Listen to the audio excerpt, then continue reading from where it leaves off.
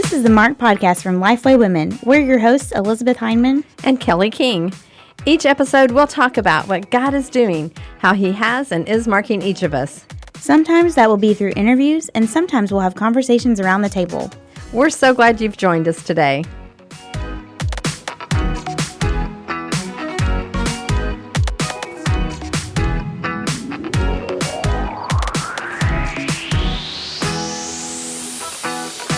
Hello, and welcome to the Mark Podcast. I'm one of your hosts, Elizabeth Heineman. I'm here with my co-host, Kelly King. Hey, Kelly. Hey, Elizabeth.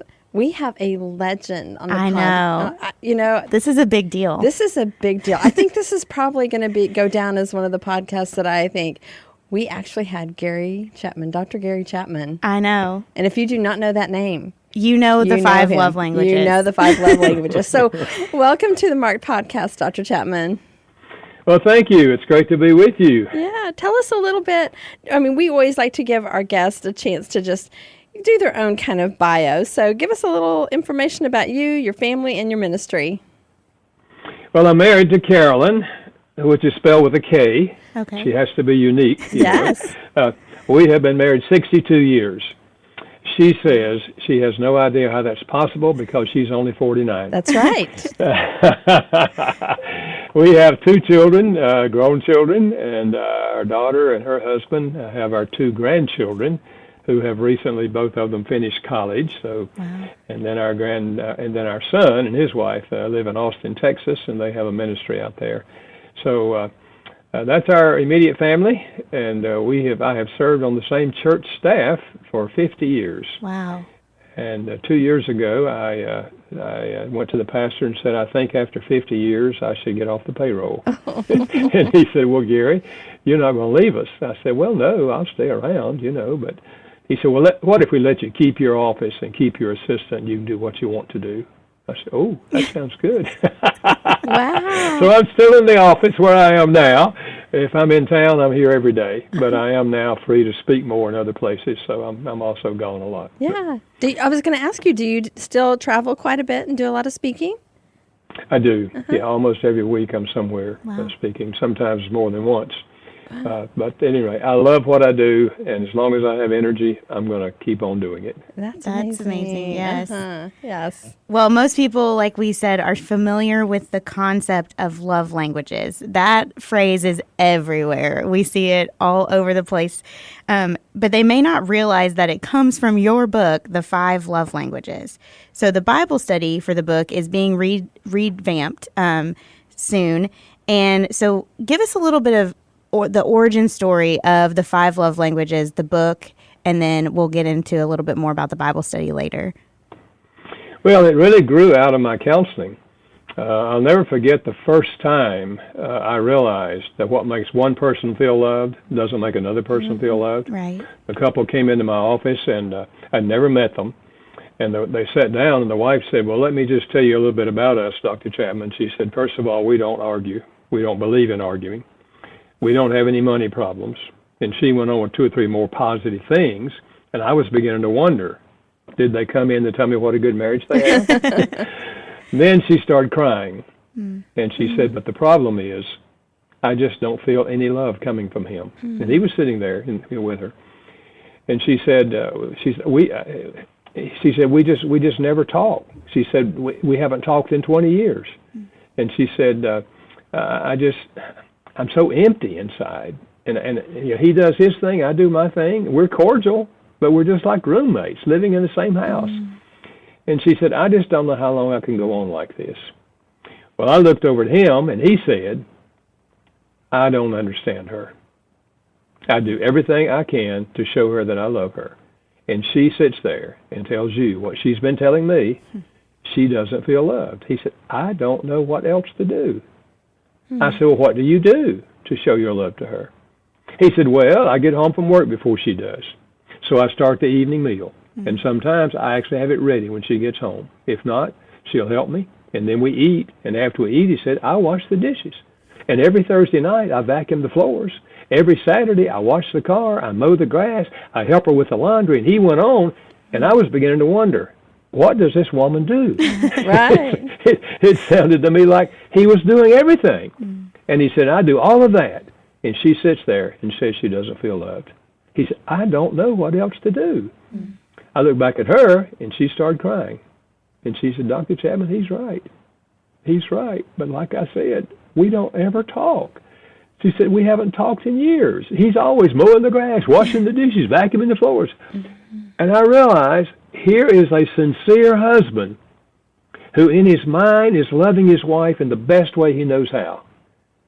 But he's not connecting with her emotionally. And after that, I heard similar stories over and over in my office. And I knew there had to be a pattern to what I was hearing. And I had no idea what it was until eventually I took time to sit down and read several years of notes that I made when I was counseling and asked myself the question, when someone said, I feel like my spouse doesn't love me, what did they want? What were they complaining about? And their answers fell into 5 categories. And I later called them the 5 love languages. And I started using that in my counseling. That if you want her to feel loved, you've got to speak love in her language. If you want him to feel loved, you've got to speak his love language. And I would help them discover each other's love language, challenge them to go home and try it. And sometimes they would come back in 3 weeks and say, Gary, this is changing everything. I mean, the whole climate is different now. And then I started sharing it with small groups of couples, and the same thing would happen. Probably 5 years later, I thought, if I could put this concept in a book and write it in the language of the common person, leave out psychological terms that people wouldn't understand, maybe I could help a lot of couples that I would never have time to see in my office. Of course, little did I know that it's now sold over 20 million copies. It's been published in over 60 languages around the world.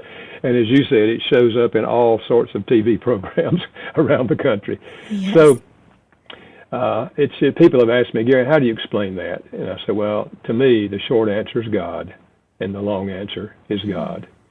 But I think what's happened on the human level is people, they read the book, the lights come on, and they realize how they've missed each other in their efforts to love. And then they take the test, and they learn each other's language, and they start trying it. And the love tank begins to fill up. They begin to feel loved again. And then they want their brother and his wife to read it, and their sister and their husband. So it's kind of gone word of mouth all over the world. I mean, it really has become part of the vernacular. Yes. Of just when you talk about relationships in general. And what you described with that first couple is probably very similar to my husband and I, because acts of service is his love language and quality time is mine.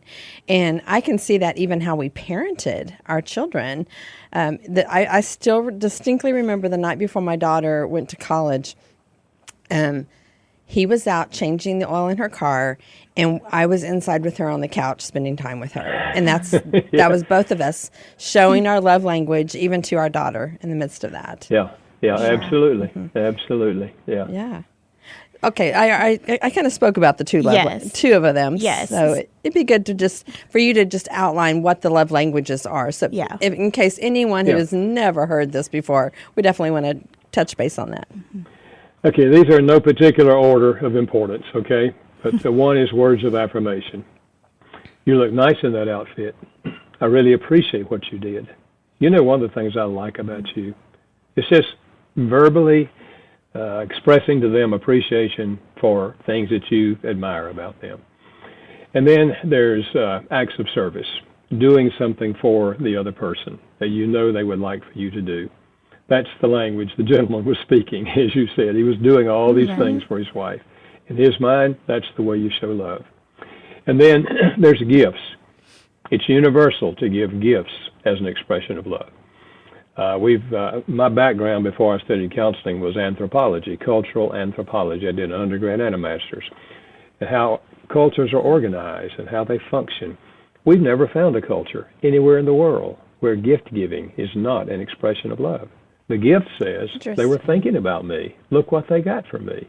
And the gift doesn't have to be expensive. We've always said it's the thought that counts. Now, it's not the thought left in your head. It's the gift that came out of the thought in your head. But the gift says, they were thinking about me. They went out and found this for me. And so gifts is a love language. And then number 4 is quality time, which is what you alluded to, Kelly. And that is giving the other person your undivided attention. It can be sitting there talking, carry on a conversation with them. It can be walking down the road and talking to each other. It can be going out to eat, assuming that you talk. We've all seen couples sitting there across the table at a restaurant, and they've each got their phone out, and they're answering their text messages. That's not quality time. Mm-hmm. That's proximity. It's not quality time. Mm-hmm. Quality time, they have your undivided attention. And then number 5 is physical touch. We've long known the emotional power of physical touch. That's why we pick up babies. We hold them, kiss them, and cuddle them. And long before the baby understands the meaning of the word love, the baby feels love. So physical touch. So in a marriage, that's such things as holding hands and kissing and embracing and the whole sexual part of marriage, and arm around the shoulder, and driving down the road, you put your hand on their leg. It's just affirming touches, wherever, whenever. For some people, that's their language. So the basic concept is that out of the 5, each of us has what I call a primary love language. One of them speaks more deeply to us emotionally than the other 4. And if we don't speak the person's primary love language, they will not feel loved, even though we're expressing some of the other languages. So that's why the gentleman was frustrated. He was doing what he thought would make her feel loved, and it wasn't registering with her because that was not her love language. So it's a simple concept, but when couples get it, it makes a huge difference in the marriage relationship. Mm-hmm. Yeah. I think, too, about in my own life, the different people that have different love language. I think every member of my immediate family has a different one. And we also will, I think, and I don't know, I would love to hear your opinion on this, Dr. Chapman, is I feel like I have a different one for what I give versus what I receive. Is that possible? Yeah, I think for about 75% of the people, the love language they speak most naturally is also the language they want to receive. But for about 25% of the people, they speak one language primarily and most naturally, but that's not what they want to receive.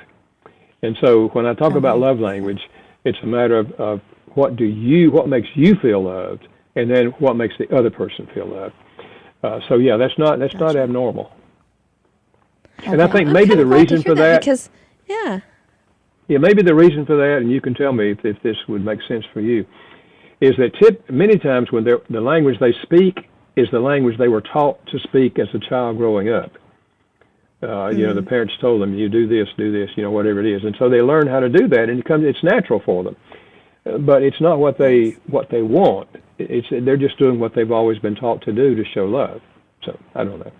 Yeah, I could see that being the case. Yeah. Because I have a friend who is amazing at gift giving. Mm-hmm. Like she just always knows and she's just really intentional about it. But I've told her, I said, I think that must be your love language. And she said, well, I like to do that for others, but I don't really receive it as well. And that's mine too, really? I think. So I wonder if that one sticks out as one that people often have but don't necessarily want in return. I don't know. Yeah. I think many parents. Many parents do teach their children. We give gifts because we love people. And they do teach them to do that. And so if you do that for a while, it's natural for you. And so it is what you do. Yeah. But so it's not abnormal that what you want is not what you are most naturally giving. Interesting. Mm-hmm. Okay, so we want to know, what is your love language, Dr. Chapman, and how do you like it to be expressed by others? Mine is words of affirmation.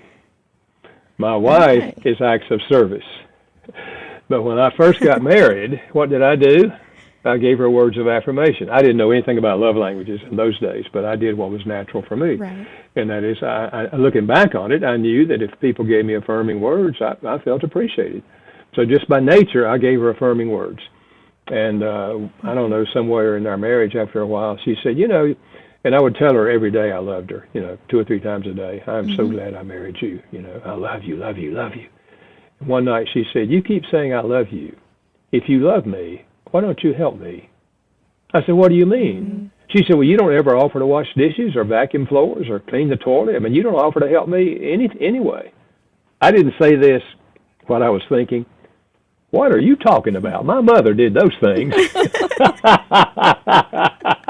We bring our history with us. If Mama did it, I like to say to guys, "You're not married to your mama."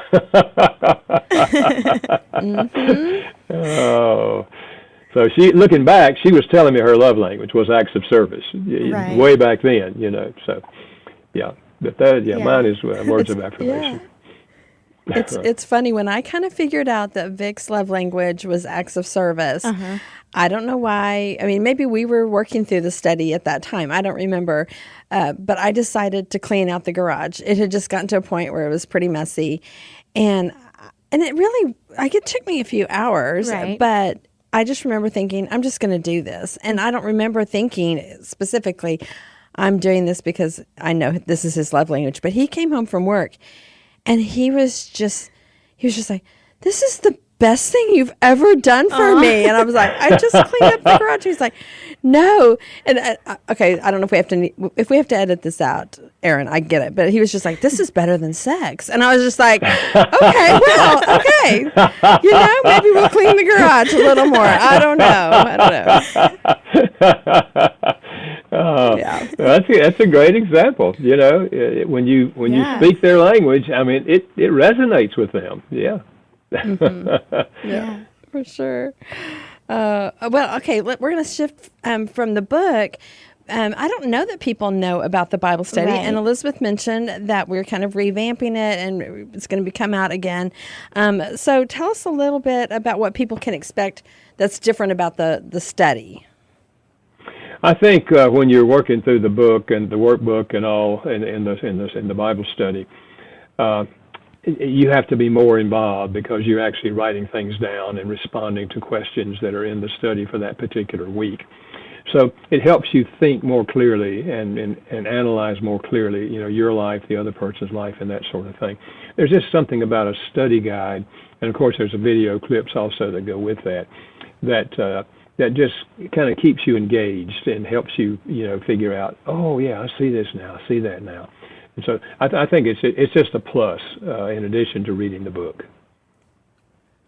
I think too about the group aspect of the Bible study, how helpful it could be to hear like, oh, here's something that I did that was in this love language, and here's what I appreciate. So you kind of get a bunch of people expressing. So it just like helps you to know, oh, that's what that love language looks like, and that's how they see that. I think that could only be helpful when you're thinking through like what your love language is, what your spouse is, what your kids, like all those to kind of almost get ideas, almost like a brainstorming session with other people in the room. So I think that group aspect would also be really helpful for people. Yeah, I've always felt that just personally, I learn more if I'm in a study group, whatever the topic, than I do if I'm just reading something myself on the same topic. There's real value in being with other people, and part of it is what you were saying, that each of you are giving illustrations of how this works in your life, and you say, "Oh yeah, I can see that now." It enhances it when you're doing this with a group, and that's why I encourage churches to use this as a small group tool, because first of all, it's meeting a deep need in their lives, and the need for love, emotional need for love, but also. It's just they'll find that the groups will multiply. I mean, people will want their friends to take it once they've gone through the course. So, it's a great tool to enrich marriages. Yes, we're really excited about that, and the fact that the Bible study videos will be included in the book now. That's right. And so we're excited for that and for the refresh. But it's the same great content, so it's just more of like the look of it is, and the videos will be in the books. So that'll be great. And I think we've kind of touched on this, but this, even though it's really great for marriages and couples, it's really good for any relationships because once, even coworkers, when you kind of know their love language, you can relate better and you can show appreciation or especially words of affirmation, Dr. Chapman. I feel like that's a big one for people. And if you know that about maybe someone on your team, then you can look for ways to affirm them in that. Yeah, you're exactly right. I wrote another book called The 5 Languages of Appreciation in the Workplace. And we just took the love languages to work because we found that 70% of the people in the country say they don't feel appreciated at work. That's pretty amazing. And 64% of the Yeah. people that leave a job and go to another job say they left primarily because they didn't feel appreciated.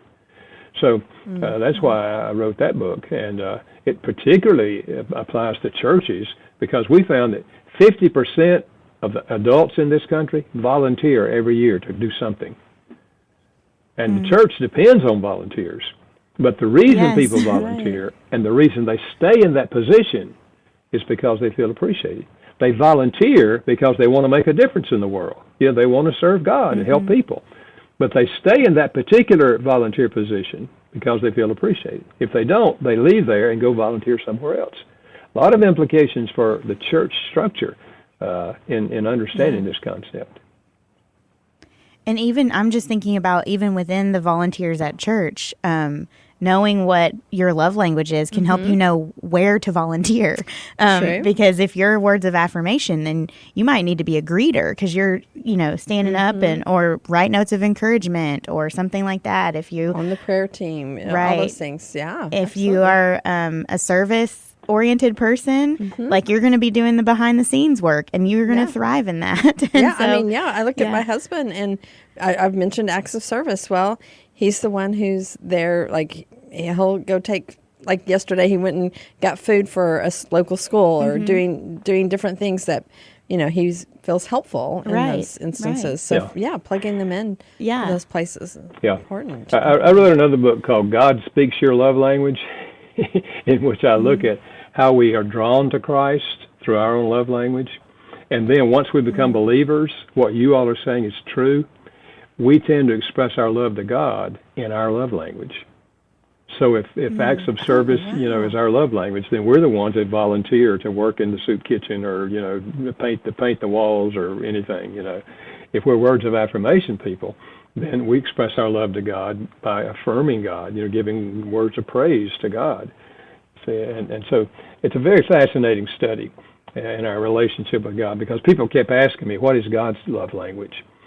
So I just went through the whole Bible again. I found out God speaks all of them fluently, okay? And we tend to be drawn He to is God. love, so Yeah, absolutely. Yeah.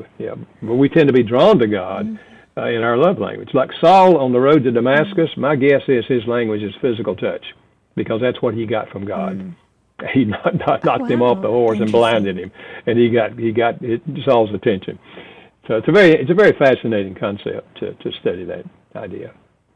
yeah. Now I want to go through all the know. people in the Bible and guess their love language. That would be a fun exercise. Yeah, I mean, I'm just thinking through just some of those, and I'm even thinking about what that looks like in different areas of the Bible, and or even just for me, if quality time is mine, then I do find that I express my love to God by spending time with Him. Yeah. So That's interesting to think I about. hadn't really thought about it that way. So Yeah.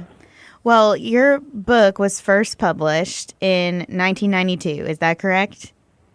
Correct. So some of our listeners may not have even been born at that time. I don't think our producer was born yet.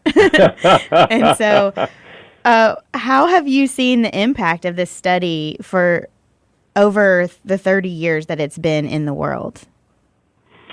Well, it's just been amazing to me how many marriages have been changed. When I do marriage conferences, which I do on Saturdays around the country, I do 12 of those a year, put on by my publisher.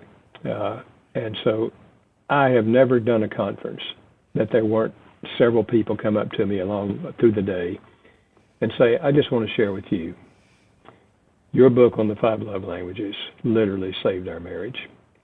We were at the point of giving up. We just thought there was no hope. And we read it, the lights came on, we talked about it, we took the quiz, we learned our language, we started speaking it. It literally saved our marriage. So to me, it's been so interesting through the years to see not only those who are in desperate marriages, find salvation for their marriage, but people who have fairly good marriages, it's enhanced when they learn this concept and start speaking each other's language on a regular basis. So I'm just greatly encouraged and humbled by the way God has used this book through these years. It amazes me. And I find that even non-Christians love to talk about and to read your book. And I think that's such a beautiful way to show them the love of God. But I've had friends who are not in church but have texted me a picture of the 5 love languages and been like, is this a good book as we're thinking about getting married? And I'm just like, yes, start there. That's a great place to start because it's kind of an easy in for them to start thinking through these biblical things, to think through the God of love and that kind of thing, and as they're thinking about how to love their spouse well. Yeah. How long has the 5 love languages been? I mean, it has been on the bestseller list for a very long time. Maybe it's dropped off occasionally, but I mean, do you keep up with that, Yeah. Dr. Chapman? I used to keep up with it. I haven't recently, but it stayed on the top 10 just for years and years and years. It may still be on the top 10. I haven't looked at it in recent months. But, it's amazed me. It started off, I think the first year it sold only 8,000 copies, and it started doubling. And what's interesting is it's been out now for 31, 32 years, and it sells more every year than it did the year before. That does not happen to books.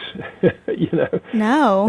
It's definitely God's hand upon it. That's the only explanation I have. Well, yeah, I know. I mean, those are the kinds of books that you feel like there is something that only the Lord could have done. You look back on that and you think you were just being faithful with the information that you had gathered, and you just, the Lord had prompted you to put that down on paper, and we're also grateful for that. Yes, for sure. Well, your book has marked many people and many marriages, and this is the Marked podcast. So we always end each episode by asking the question, how has your life, what is one way that your life has been marked by Christ? I think probably what has made the greatest impact on my life and my relationship with God is that I learned early on to have a sit down and listen time with God every day. By which I mean, I just read the next chapter, just work my way through the Bible, read the next chapter, and I say, God, I'm listening to you. Anything in this chapter I need to hear, let me hear it.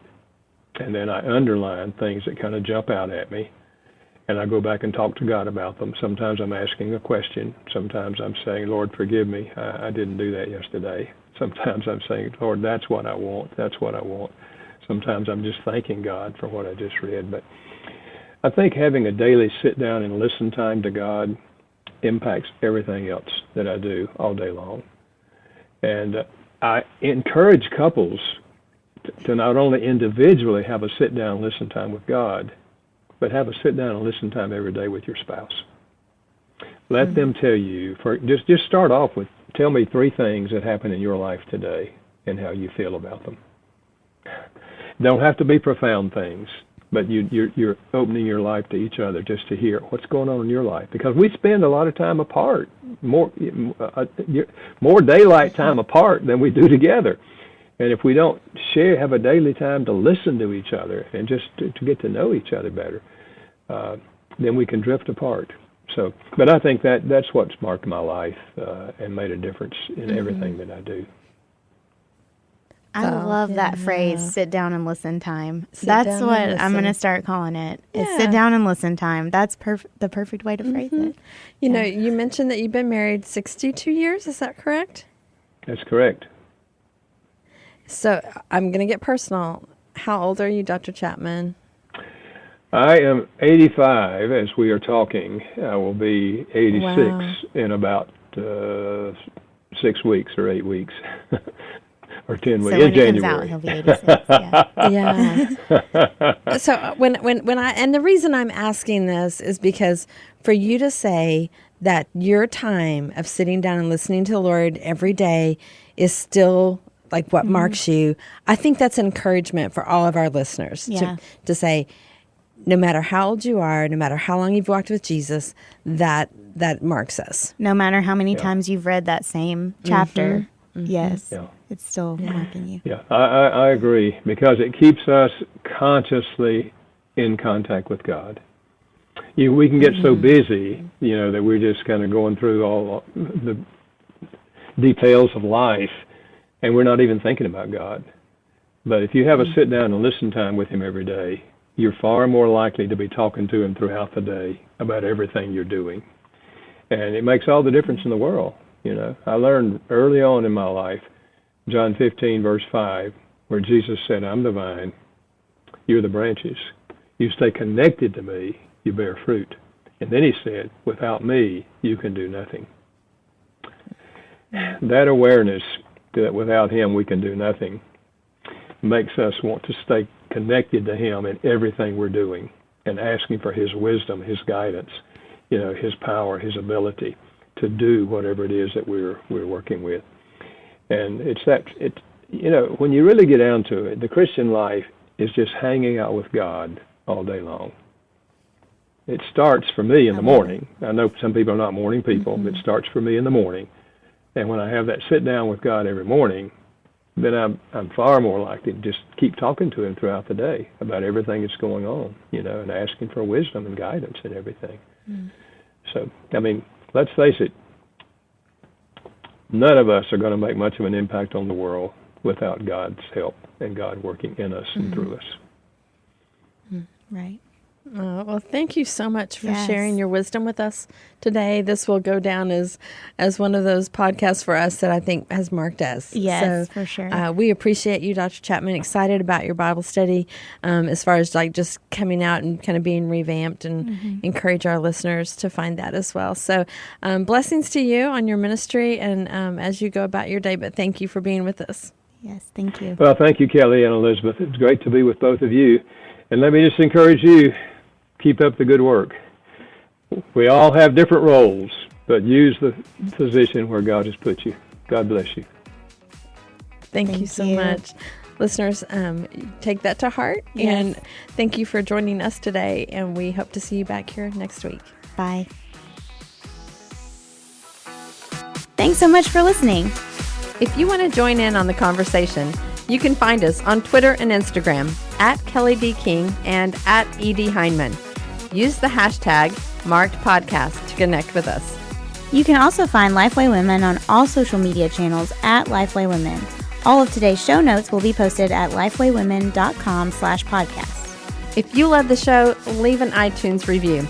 It's a great way for other people to hear about the podcast. We'll see you next time.